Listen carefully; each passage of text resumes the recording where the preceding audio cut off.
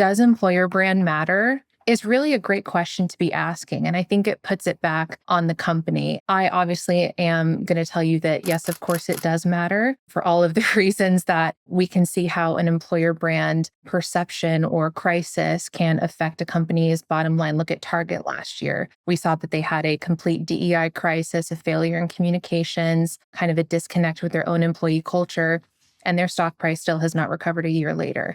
So overall brand and, kind of the customer brand, the marketing, the traditional brand that we think of is no longer separate from employer brand. These things are interlinked. Everyone's reading candidate and employee stories just as much as they are enjoying the product that a company may make or a service the company may provide. So employer brand's no longer that little spigot you can turn off and on when hiring freezes come or hiring spikes occur. Like, it is something that is integral to your overall company's brand reputation. What's up, everybody? Welcome back to another episode of 10X Recruiting, brought to you by MetaView. Sile, it's like 10:30 at night, dude. Why are you on a podcast? Love it, man. Just anything I can do to spend time with you. Well, it's the way it should be, right? Me working at all hours, you at a time that's like perfectly convenient in your day. This is exactly the way it's supposed to be. To be clear, you rescheduled this twice. Yeah, that's true. So today we talked to Kelly McCann, who has done employer branding for mega brands that you've heard of, places like Amazon, Robinhood, Booking.com. It's our first time we've had someone who's an employer branding specialist on the pod. Sal, what were your takeaways? I think employer brand has always been important, obviously, but I think it's going to go to the next level in terms of when sort of the challenge is no longer being able to find people, because obviously AI is really good at finding people on the internet. The challenge is more going to be about attracting the right people to your company. It's just going to become, I think, a real, very tasteful science that people are going to have to get really great at. So yeah, great episode for that reason. My biggest takeaway was, and I've been hearing this in a bunch of other contexts as well, which we'll jam in a second, is just making sure it's clear what your brand isn't. I think we're going into a time when making sure you're repelling the right people is just as important as making sure you're attracting the right people. I was actually just on a call before this call with Bryce, who who I've met through you, Nolan, and she was talking about how the company she's working with at the moment, they actually do an unsell stage where just before the final interview stage, they do an unsell. So it's sort of similar for that. Like, make sure it's clear that in your employer brand, who shouldn't be applying for a role. I think that's like a really, really good takeaway. And also, of course, makes the actual brand much more poignant as well if you do that. So I think that's a great takeaway. I had a couple takeaways. My first one is kind of the dirty game of employer branding is way more interesting than I thought. So we went down this path of talking about Glassdoor reviews. I didn't know this, but apparently you can highlight words that candidates are using in their reviews for flagging from Glassdoor and immediately have those reviewed. And that's kind of the insider track to how you get stuff taken off of Glassdoor, which she gets into this very clearly, which is not the right way to do it. But I was I had no idea that was the case. And I've been in this game for a long time. The other, point B of the dirty game of employer branding is the great place to work stuff, guys. If you are being, oh my God, they got a great place to work, they just paid for it. There is no actually nobody's saying oh my God, this is the best place to work. It's completely manufactured, 100% bullshit. Don't fall for it. I actually think it's a negative signal if a company has it. Who cares? No one's falling for that thing. But the last piece for me is, to your point, Sile, I think it's going to be one of the most important differentiators moving forward. Everybody says they want top talent and talent dense teams. How do you do that? And right now we're looking at some of these companies that are doing Cursor only has a couple hundred people. Everyone knows Cursor has great people. How do we know that? Well, they're pretty good at their branding. And it's different than it was in the past. It's not just endless marketing of, nonsense. It's these are the things that we're working on. We'll have a reporter come into our office and report on how our teams get work done. So there's this unique angle of it today that I think is different than what we've seen in the past for employer branding, that now people are going to have to start to get creative on this topic. Because if you really want the best talent, to your point, you have to repel them, the ones you don't want, but you also have to really attract those that you do, because there are endless options in this era of AI. And it's a circle, right? Because the reality is, to attract the people you want, they almost want to know that you're repelling the people that they don't want to work with. It's sort of, it goes hand in hand. On that Glassdoor thing though, just as people don't care about Best Place to Work awards, which I agree, do people really care about Glassdoor scores? We talked about this. So that's what I said. I feel I haven't looked at Glassdoor in 10 years. And I think I'm an outlier on that topic. I think people still do look at it. And if there are flags or trends, they're going to at least bring it up in the interview process. So I think for me, it's like you should be aware any aspect of your brand and how it's being reflected publicly. But it's not just Glassdoor, right? There's Blind, which is the cesspool of humanity, in my opinion. And so it's like all of these places to where now employees do have a voice and can talk about things, especially in an anonymized way. Because like, Sal, how do your employees talk trash about you? Of course they talk to each other, but like that's where they go and smear you. I had a candidate today, actually, that funny enough, check out Glassdoor and said that apparently I was very popular with the team. So what can I say? That makes one of us. Well, let's get to it. So without further ado, here is my episode with Kelly. This is 10X Recruiting, a podcast from MetaView. Let's get after it. What's up, Kelly? It's good to see you. Good to see you, Nolan. How are things? Things are good here. We were just talking before we started recording that sadly you were born into being a Seahawks fan, which I think is horrendous. You guys are going to the Super Bowl. You were rubbing it in my face. I've been crying. Things are not good here, but I'm happy. Actually, I'm not happy for you. I'm unhappy for you. Well, I think I presented it way nicer than that. But yes, we will be at the Super Bowl. I'm very excited. I hope we kick the Patriots' butt. Yeah, Seattle is a buzz. I'm very stoked. And once again, if the situation were reversed, I would be excited for you. Yeah, whatever. Like that's peak virtue signaling. So good for you. Good for you. Let me give the audience the background on how you and I became homies. So I've known Matt Stevenson for a super long time. He is at Bain as a talent partner there. Matt was on the pod last year, one of our best episodes. And so at the end of the year, we reached out to folks and we're like, hey, who should we talk to? And Matt had mentioned your name. And so for people who don't know about you, you're a recruiting branding specialist, which I think right now is kind of an under-discussed topic. You've been at mega places like Amazon, Walmart, Robinhood. And so what we're going to get into today and why I think this is interesting for people is actually recruiting brand is super, super important.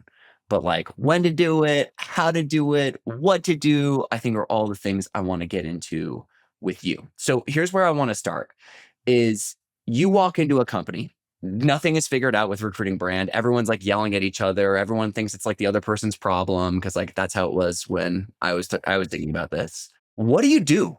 Like, what does a recruiting brand person do and how do you bring a brand to life? Well, I think for anyone who might be unfamiliar with it, like recruiting brand, talent brand, employer brand, whatever that has come up in the company as being defined as, we are marketers at our core. Like we kind of take the parts of marketing that they think are unsexy. Like I'm here to make recruiting and talent attraction look sexy and fun. And I think the core of why this department has come up and really regained a lot of importance is there are so many companies with a great or unique internal culture that for whatever reason, they can't articulate externally. They don't really know how to tell that internal lore, if you will, to their external audience that would be so excited to come and join that or build that or join that organization.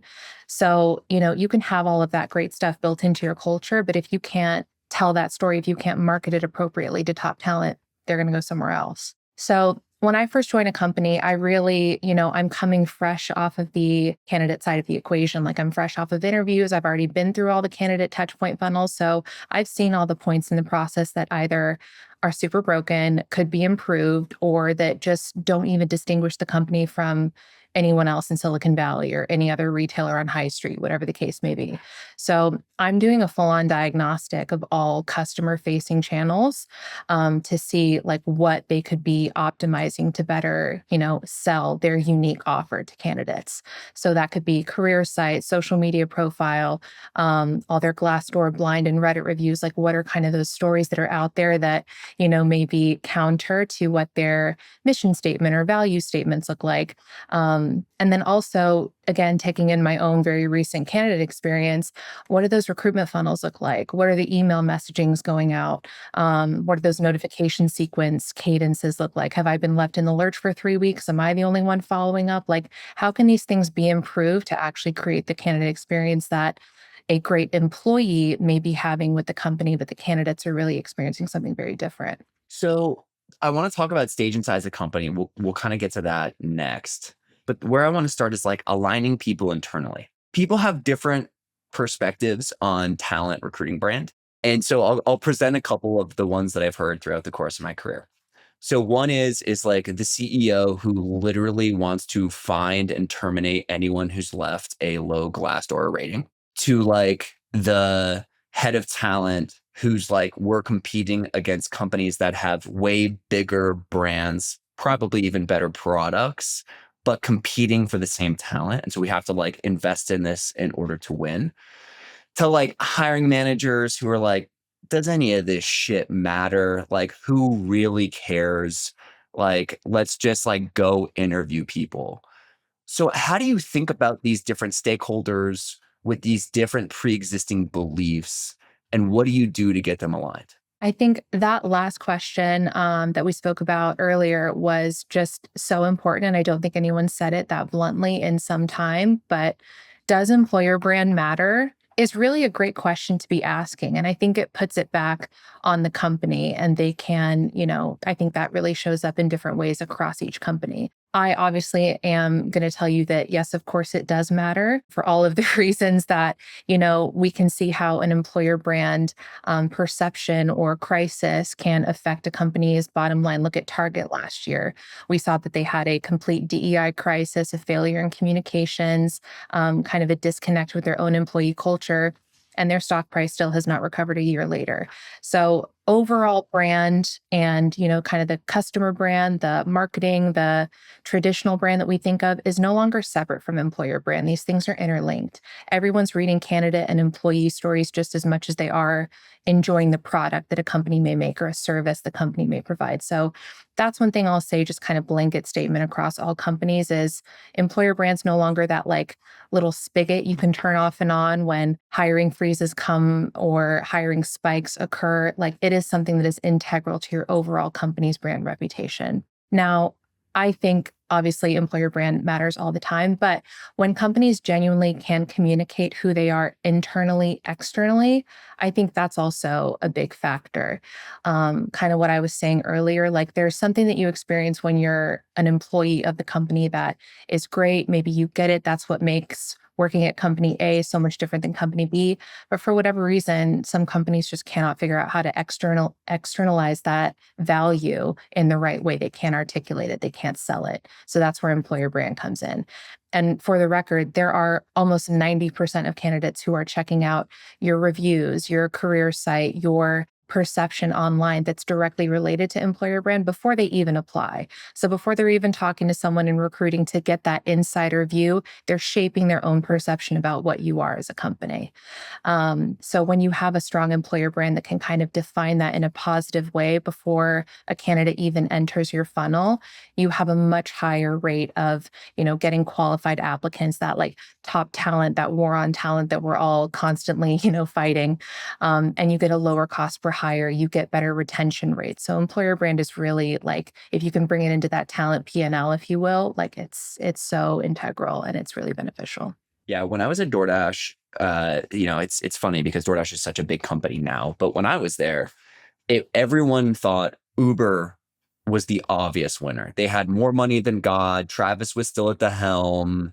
It was move fast, break things everywhere. Everyone was obsessed with like what the office looked like. It was like all these black colors. And literally, our first office in Palo Alto was an old animal hospital. Like literally the conference room was like where they put down dogs. And so we employer brand for me at that point in time, it's the truth. And so the employer brand for me at that point in time was like, we must invest in this now. And if we don't, nobody's gonna because it's so obvious to most humans that Uber is going to win, or they believe it's obvious.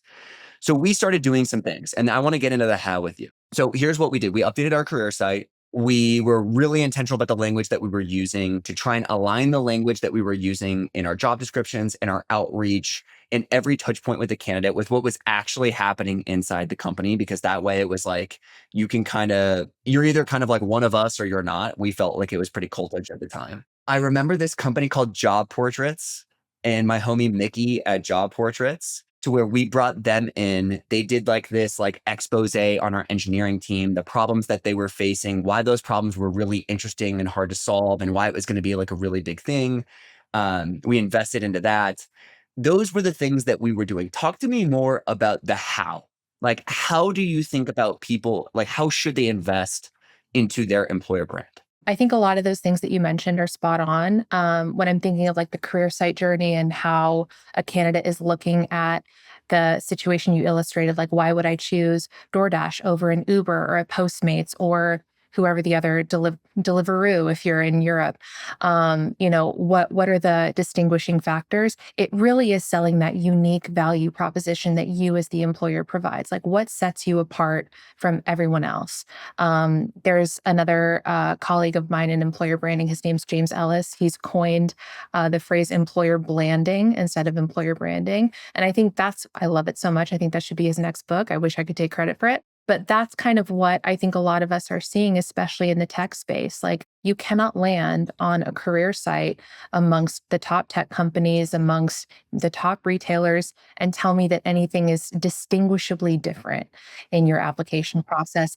A lot of the time. I think we see it a lot on Blind as well. Like you see a lot of senior engineers, they'll land in the chat and they'll say, hey guys, I have an offer for a senior engineer role at Pinterest, at Netflix, and at Uber. Comp is this, equity is this. But what's really the difference? Like what's T? They don't really know because they can't distinguish it. It hasn't stood out to them in the process. It hasn't stood out to them in their leadership conversations, and it probably hasn't been presented as such on the career site. So getting into the ways of how you can really like distinguish that as best as possible up front before your candidate's even in process on the career site. I cannot tell you the amount of time I've landed in an organization and there's no video. There's no human faces on the career site. We at our core, we're people. We are storytellers. We want to see another face at the end of this organization we might be signing up for the next 1, 5, 10 years of our life to. We want to see that. Do I belong at that organization? Do these people seem like they're happy in this organization? Does this organization feel, does it feel authentic? They're really trying to get a sense of that. Video, I mean, it's the year of our Lord 2026. If you don't have video going on, you are losing candidates' attention so quickly. So that's kind of an easy lever to turn on. In the span of a year, I did 4 content shoots with Robinhood to update all of that across their sites. All of the things that I saw when I joined were from like 2017 or 2018. Vlad had old long hair. We had to get rid of that. Like we had to update to his new haircut. So there was just so much that needed to be updated across. Like there were a lot of employees in the photographs we had on our LinkedIn were completely, no longer at the company. So those are kinds of quick things that you can turn on and edit. Another part that I really like you said you implemented was in your engineering team. I mean, that's a core business function. Obviously, a lot of hiring is done for developers, engineers, all that good stuff. So investing there and being able to storytell through your own teams and their own experiences at the company, I think is key. One way that we tried to do that also at Robinhood was expanding on our product launches. We had a lot of things launching, obviously all of the time, high growth company. Last year, I think we grew 400%. So digging into a lot of the product launches and extracting those stories from our teams, like, okay, we just launched this new iteration of Robinhood Gold. Just take that for example. What did that look like from a team's perspective? Like, what were some challenges you can maybe, talk about in hindsight? Obviously, nothing that would, break compliance rules. Obviously, nothing too proprietary information that was given away. We had a lot of checks and balances in our editing process. But I think it's really nice to explore that from the employer branding perspective and see how are our employees living the values? How do they empower them to be bold in their decision making? How does that help them to, work so fast and get these new products out to customers literally like every other week? Like there was always something going on. So being able to tell those stories and put those out on our channels so that future engineers, future developers can say like, hey, that's the kind of work I want to be doing. That's the kind of organization I want to be doing. And again, I think that helps close the gap between candidate and customer, because I think so often people who are using our product are the ones who are like, maybe I want to work there. Help me understand this dissonance in my head, which is, yes, we want to tell the story, but oftentimes that story has like warts that most humans don't want to talk about. So an example would be, we did this product launch for Robinhood Gold Card, and I didn't work at Robinhood, but I can imagine some of the things that were included in that story that we need to think about how we tell these parts, because they are true, is like a bunch of people were staying up till 2 o'clock in the morning. The card didn't ship out to people on time. Like, I think people are really afraid to talk about the things that go wrong, when my take, and I'm curious to get your take, is actually like talking about those things is actually human and humanizes the business and actually what candidates want. What's your view on that? I agree with a caveat. I think it is important for a company to say authentically who they are upfront.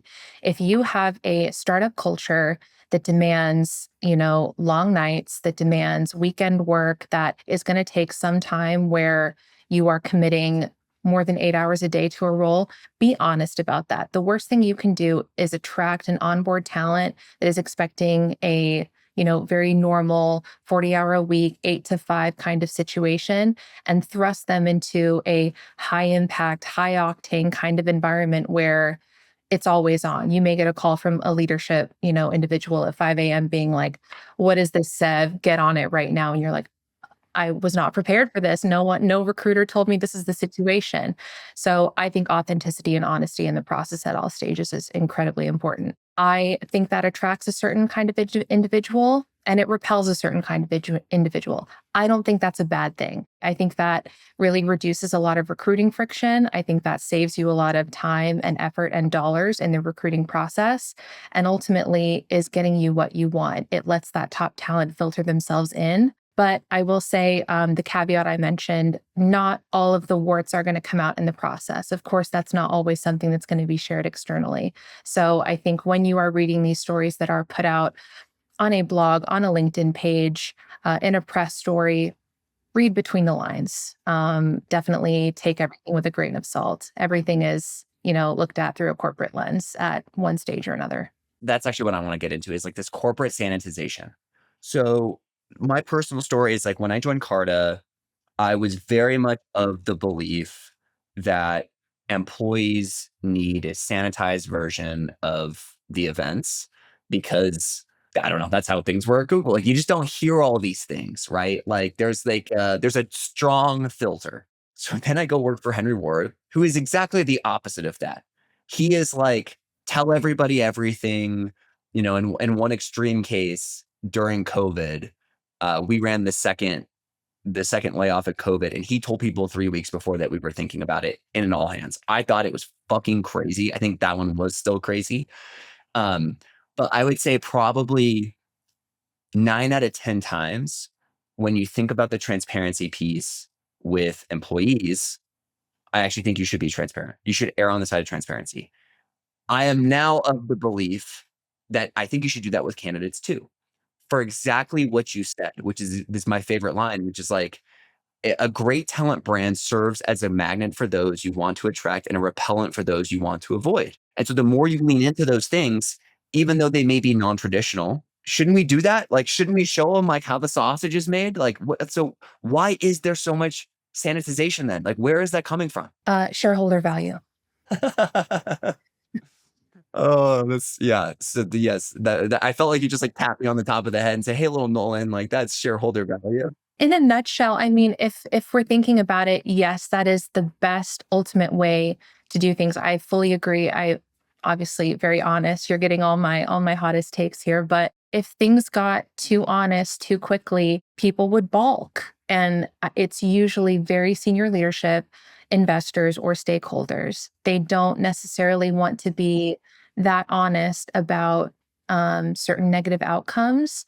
But I think there are people who appreciate it and there are people who don't at the end of the day. And companies who want to win that war on talent, like I said earlier, and kind of get that great place to work award and really maintain that competitive edge over all of the other tech companies, they can't necessarily let all their warts show, because then they would lose that edge. Yeah, Kelly, that award is bullshit, right? Like, can we both admit that award is total bullshit? And when you see it, I actually just be given I've seen the inside of the Matrix. Every time I see that award, I go like, something is deeply on fire at that place that no one's allowed to talk about externally. Otherwise, they get executed. What do you think when you see the award? If no one knows this yet, who's watching your pod in the world of TA and EB, those awards are all bought and paid for. They are put together in very rigorous campaigns by individuals like myself and cross-functional partners to win for companies months ahead of time with surveys, with demographic work, with all sorts of stuff, and a very hefty price tag. Okay. I will get off my high horse on this. No. I think that's okay because I think there's plenty of people who still just don't realize that. And I think that's, it's Googleable data. Again, it's a very public, open fact if someone wants to find it. But in case there is a TA, leader out there in the world who is unaware of that fact, I think it's an important one. They are all either given with, a press junket in mind, hoping for something else down the line, like some of the, little individual, more smaller awards. Or, it's a bigger award that you really have to shell out the cash and the work for. Yeah, that's such bullshit is how I think about it. So I want to slightly transition into, I think, a even more bullshit topic, which is Glassdoor. So I remember at DoorDash, when I started, I think our score was like 3.3. I also remember deeply remember this one, which was at Carta, kind of like probably like a similar score.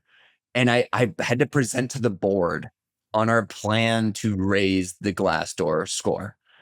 Which by the way was not Henry's thing. It was like the board was like, why is this happening, Nolan? And they like, obviously chief people officer, like, go solve the problem sort of a thing. I guess, like, does Glassdoor matter? Should you be trying to like have higher scores?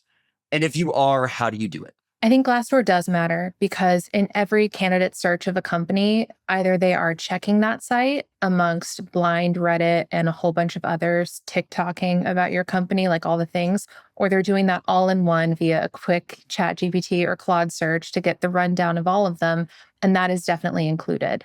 There's a stat on Glassdoor that is really telling employees' review of the CEO, which is always quite an interesting one. The feedback given to the leadership team, how political things can be, who's getting promotions, how development really goes. Those are very interesting stories I find on that platform that tell you a lot about how your time at the company can proceed.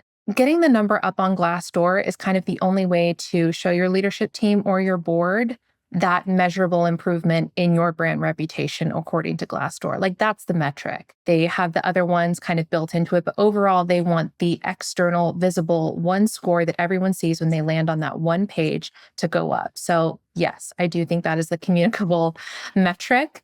Unfortunately, I don't create the rules. I just work in the system around it, just like everyone. But there is a right way and a shady way that many companies go about it. I think one thing that's very interesting, again, we can pull the veil back for a lot of our TA and EB friends. There's a notification on the Glassdoor site that says companies cannot remove bad reviews, which I think for a candidate or for a review giver, for an employee, it feels very like, this is an honest site.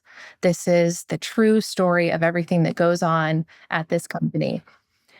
It's very, it gives you that feeling of trust. And that's what it's meant to do. It's meant to build trust between the platform and the end user. However, there are ways in which companies can set up parameters for the reviews so that very inflammatory language can be censored and can be removed. A prior employer of mine did have a similar challenge that you mentioned. Our score was in the trash and they were trying to get it out of there very quickly, and wanted to see the strategy by which we could go about doing that. Now, the right approach is to create a cross-functional review. Usually it would be employer brand, talent acquisition, HR, comms, PR. Everyone kind of holds hands and gets a review response strategy. Look at everything going on, establish some common themes, some buckets that we can address maybe sooner, and things that maybe are a longer term plan that are going to be a little bit harder to address. You collect all the reviews at key moments. Maybe there's some according to onboarding, promotion time, exit interviews, or maybe just like candidate interviews. I've definitely seen that be a theme as well. And then you establish a process by which you respond with empathy and actions taken. I do not like when Glassdoor exists as just an inbound. I think companies that do respond tend to see better upticks in their scores. And then also, in effort to kind of get some better reviews into the system, there is a way to authentically incentivize your own employee base to say, hey, it's promotion time, or hey, this is your 1 year anniversary, like positive moments in your own employee life cycle to say, like, did you know you can leave a Glassdoor review at any time? Yeah. So like if you want the promotion before we give it to you, you must go on and write a review on Glassdoor, right? I didn't say that, but perhaps that would be a positive movement in their life where they are feeling happy and motivated and incentivized to talk about good things happening for them at the company. Perhaps they've just gotten a stock vest. Or they're about to get a stock vest. Yeah, I like this. This is exactly what I would do. Okay, keep going. I like this. The shady way, the quick way to do it, which is unfortunately what my former employer did, is to remove inflammatory language from the reviews. So essentially, you can say, hey, we're noticing themes of words that are coming up that may not be, a curse word, but you can also remove curse words from the reviews because those do pop up. But we're noticing things that are, in our mind, discriminatory language. So in this case, it was slave labor, slave wages, slave driver, things like that. We were able to establish a case. And when I say we, it was not me. I was very against this. There was another person on the team who led this charge. Again, we're team honesty here. I was not for it. I was like, let it ride. If that's what teams are experiencing, that's what should be shown. But suddenly, within a week's time, I think it was 600 plus reviews were suddenly gone from the site. So that is unfortunately a way that you may not be getting the full picture on Glassdoor, but I will say in a lot of cases, it does present a good indicator. Now, one thing I will give that's like maybe a listener tip is just remember, you can write a Glassdoor review at any point in time. Whether you're interviewing at a company, whether you're an employee of a company, whether you're a past employee of a company, it is there for you at any point in your customer or candidate journey. And be creative in your language, not inflammatory. That way, your review cannot get taken down, whether it is critical or complimentary. So I actually didn't know this. Like, I didn't know you could get any reviews taken off of Glassdoor. Like, maybe that's like Nolan being a non-player character. But help me understand how is inflammatory defined? Like, can I pick any words, or do I have to pick words that like people kind of get like a little weird about? I don't recall the exact reasoning why these words were something that was able to be taken down. I believe there was a case made for it that it was being discriminatory or a just completely out of pocket word for the company to be using. Yeah, again, this was not my fight. I was like, hey, perhaps that is a accurate description that they are painting based on their own experience, and this is free speech, so why can't we leave it up? I mean, I kind of like it, Kelly. Like, it's a pretty easy win if you're that person. Like, I get why you're on the right side of the law, but like I could see the other side of the law being like, well, if we want to move the needle, we can move the needle in like 10 days on this thing. Yeah, it looks great on paper, but at the end of the day, it did not fix anything. That perception still exists. It exists in PR stories about the same company. It exists on other review sites that do not pull it. You can find the same thing on Blind. You can find the same thing on TikTok. So it is a Band-Aid. Unfortunately, some companies do take it. It is not one that I, as a employer brand expert, would ever recommend because it doesn't solve a problem. It just masks a wound. So I want to talk about that. So your employer brand, I view is actually like more of a mirror. Like, your job is actually to be like a mirror. Maybe actually a better analog would be like the Instagram filter, which like removes some of my wrinkles when I look at that. Isn't that what that is? So like, if I look in the mirror and it looks like I haven't slept in 3 days, Is the mirror going to solve the problem? Like, what do you do?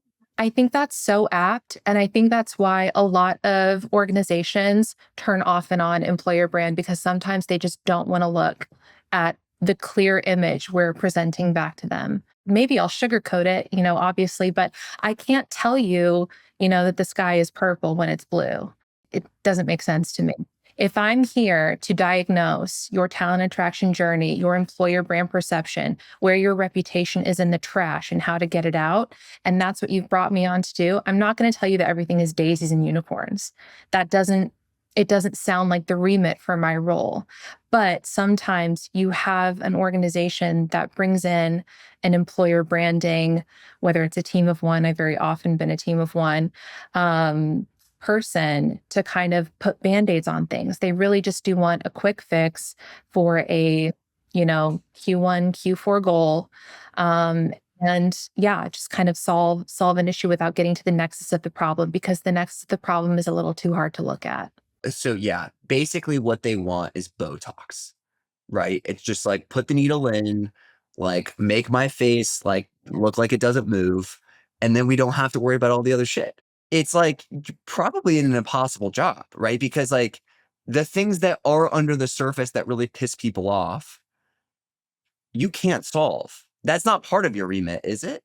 It is in cross-functional collaboration. Like if you really have a leadership team, first of all, if the employer brand department and or person is put in a position of leadership to effectively hold hands with your ELT, with your head of comms, marketing, PR, DE&I, HR, TA, like that's where the good things can happen. But I think in some companies, that is not always the case.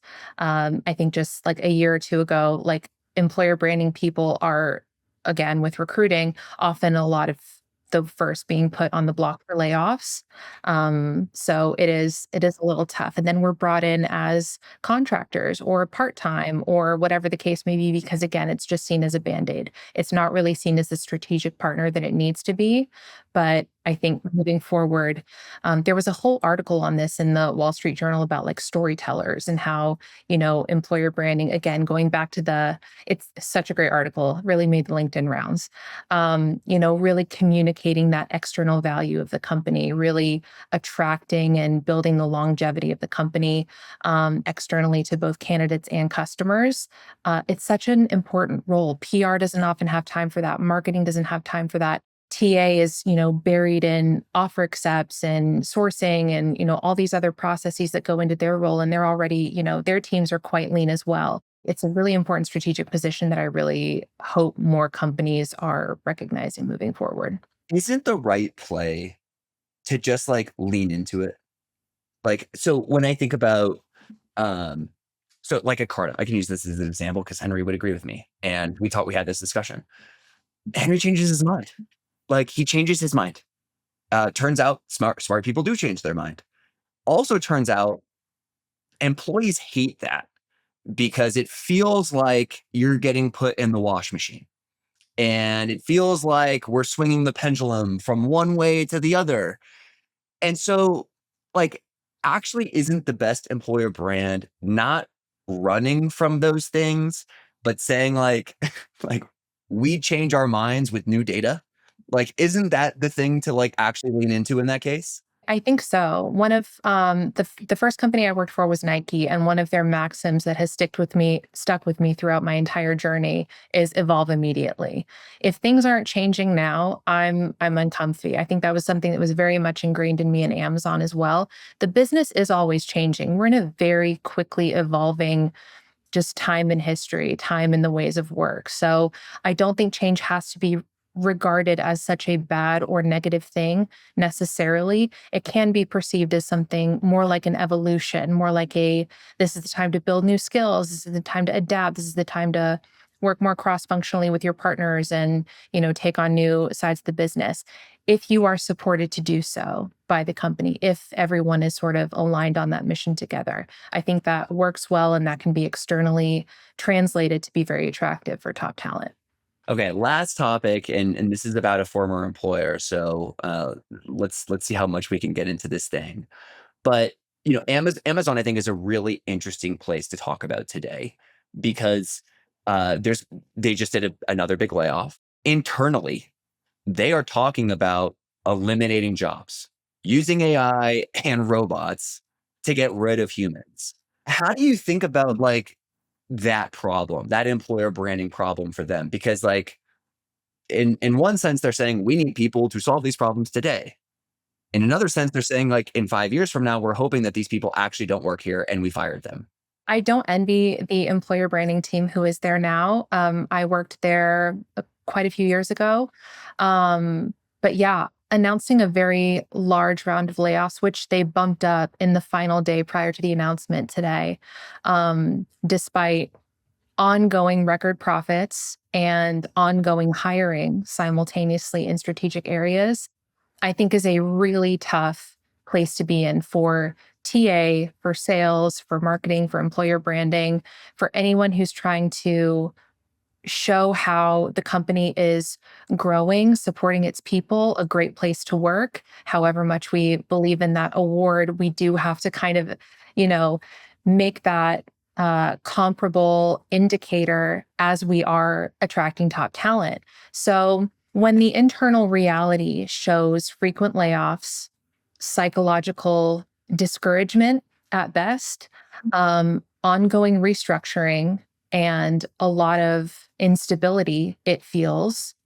How do you make that an attractive offer? How do you make that the place to choose when a lot of candidates are between multiple offers? I don't know. That wasn't the case when I was there. I think that is a tough sell. If I were considering a role at Amazon versus a Google or a Microsoft, I mean, a lot of companies are doing rolling layoffs. A lot of companies are doing silent firings amongst the rolling layoffs that don't even make the headlines for said purpose. They really don't like those headlines. But it is a tough place to try to continue attracting talent when the reality once you get in the door can be quite destabilizing to one's career. Yeah, I mean, so I don't know. Like, here's my view on this is, well, one piece is like right now, I think about this as like a pendulum between of power, and the power is between employer and employee. And during the great resignation, which I haven't heard anybody say in like 3 years, because that ended super fast, that was like, well, I'm never going to go work at Amazon, like terrible employer, like over my dead body. Yeah. And now it's like, well, there's very few jobs available for my skill set. And so I think there's just a brutal reality, and especially in white collar tech, like I've said, I've had this take for a few years. I think the next era of social unrest is coming from white collar tech workers who are having a hard time finding jobs because they were paid so well and had such great lifestyles, especially compared to my best friend who's like on electrical poles right now in Louisiana where it's freezing trying to fix that stuff. Like that's real shit. Meanwhile, like I can just like scream on Slack about a bunch of people and make 150K. And so I do think there is like this like come to reality sort of a thing. And it feels to me like the leaders at these companies are saying like, we don't give a shit. Like, we're not going to talk about it. Like, we're not going to intentionally talk about it. We're not going to intentionally leak these stories. But if they get out, they get out, and we have the power, and we're still going to be able to make sure that people come work here, either with the power dynamic that we're currently in or with compensation. 100%. And they're able to still do that because they, A, do hold all the power. B, there really hasn't been any significant pushback. And C, they haven't seen any negative impact in their sales. One way or another, they have proved quarterly growth every single quarter, year on year. And somehow they are able to also pad it, even though they don't need to, but pad it with extra layoffs and extra headcount reductions. So to have all that happen and still continue to be a great place to work or an attractive place to work for candidates, like whether we like it or not, there are still plenty of people who still see Amazon externally as a reputable name, a big company with lots of great infrastructure. They offer good comp, good equity vesting. And that's where some people want that name on their resume to build their career. So I think there is unfortunately maybe still some time left before that internal reality or these things that we're seeing in employee experiences catch up to the candidate side of the equation when we are also in an economic and national situation where people just need work. There are so many talented individuals on the market right now who are like, I can't get a job. I've been on unemployment for, over a year or 2 years, and I make it to the final round with these companies, but then they lose the headcount all of a sudden, or they restructure, or targets change. It is very hard to sides of the equation meet in a way that is, in harmony. It really feels at odds. Totally. Yeah. And you made the point about Target earlier. The other one that's coming to my mind right now is Budweiser when they went through that thing.